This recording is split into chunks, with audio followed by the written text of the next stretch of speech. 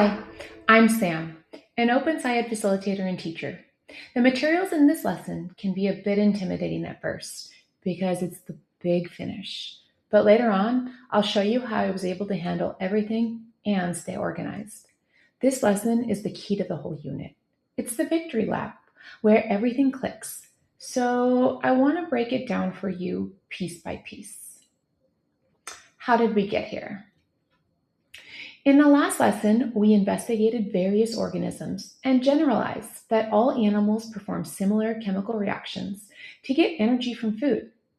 We realized that while body structures are different, the inputs and outputs, food and oxygen in, carbon dioxide, water, and energy out, are the same across the animal kingdom. We're heading towards our final big question.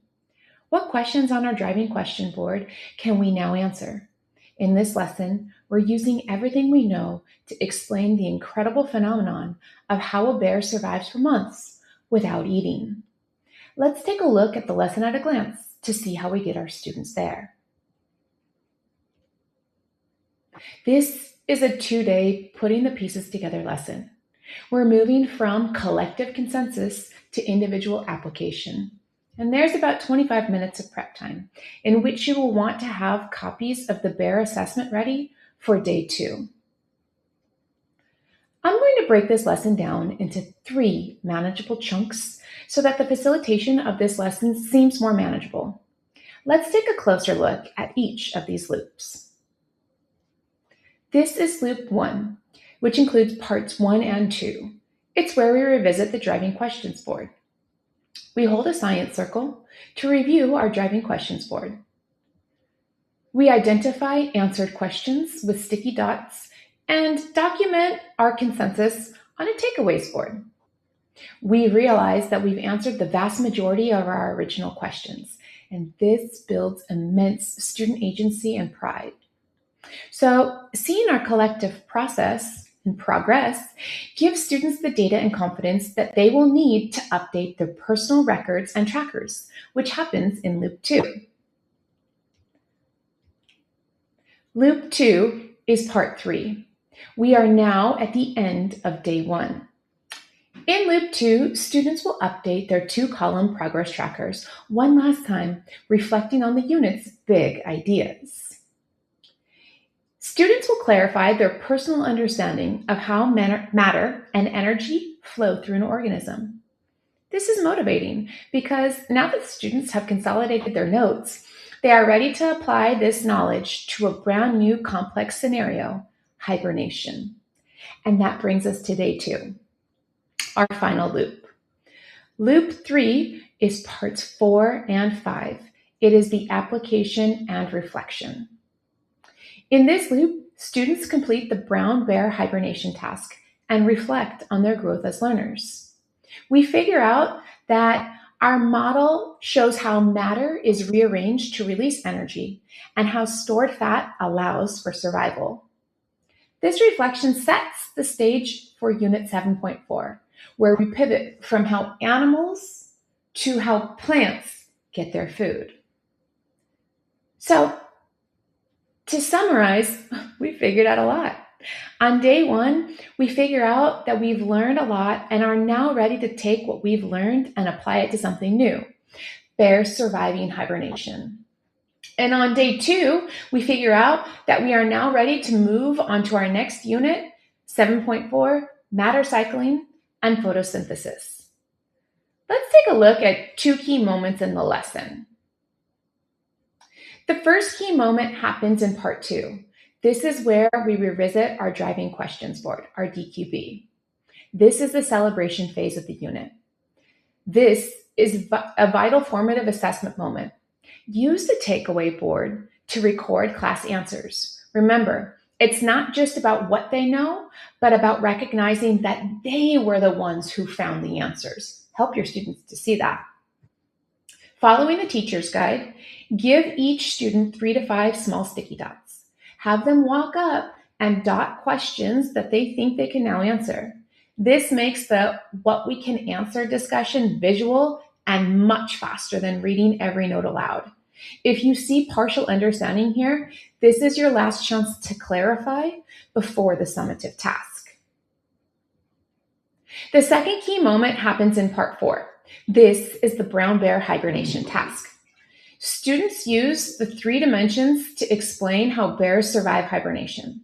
Transfer tasks can be scary for students, but the purpose is for them to see that they can take what they've learned and apply it to something new. The tasks were written so that students also feel like they learned something in this process.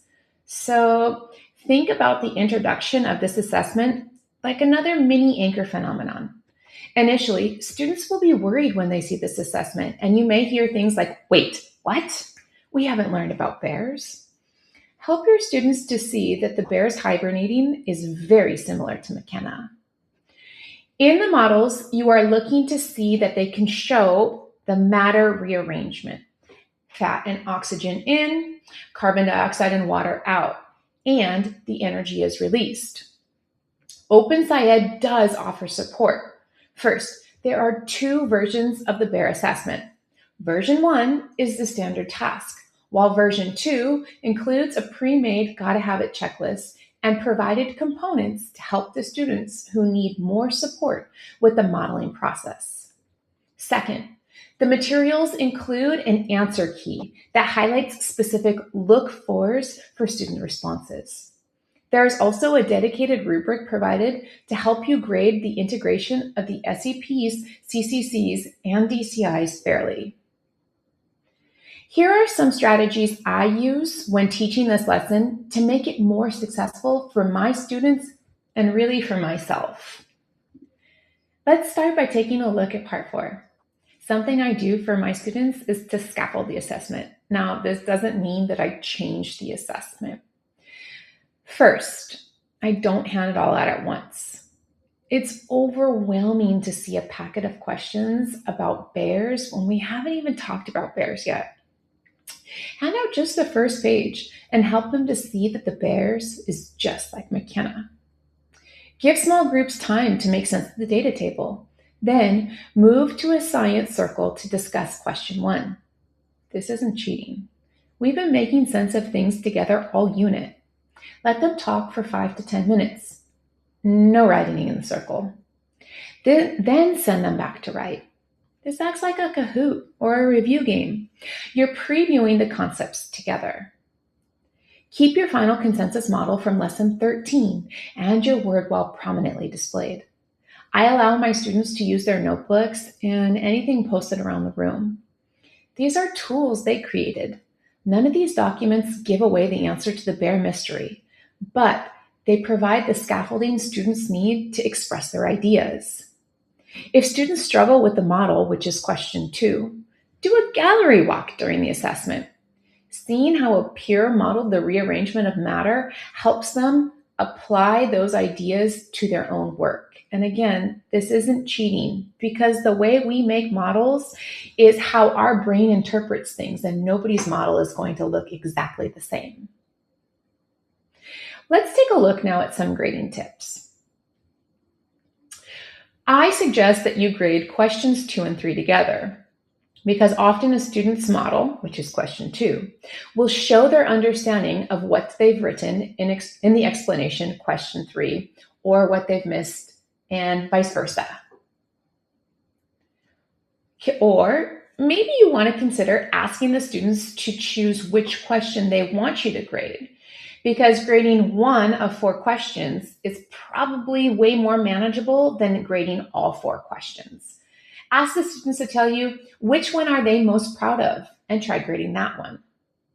Finally, I suggest feedback over grades. If the whole class is struggling, right? So you're looking through the assessments and you're like, man, my students didn't get this. Stop grading, okay? Look for patterns and instead highlight those common patterns and have a class discussion about it, and then let the class do revisions. You can also have the students swap papers and give feedback based on the gotta have it checklist that you created. Remember, you're trying to make less work for yourself.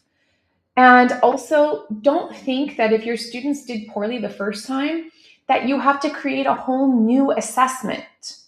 In English class, when we wrote essays, our teacher didn't give us a brand new topic when we failed. They asked us to go back and make revisions. Think about these assessments that same way. So to summarize, lesson 15 is your victory lap. I've seen on the Facebook groups that some teachers feel pressured for time and consider skipping the driving questions board review to jump straight into the assessment. If you remember one thing from this tour, let it be this: don't skip that scientist circle. Seeing those sticky dots on the questions they asked way back in lesson 1 is what makes this unit feel like a success to students. It's the bridge that gives them the confidence to tackle the hibernation task. There are 3 things that I hope you take away from this. 1, the DQB review is a celebration. Don't rush it.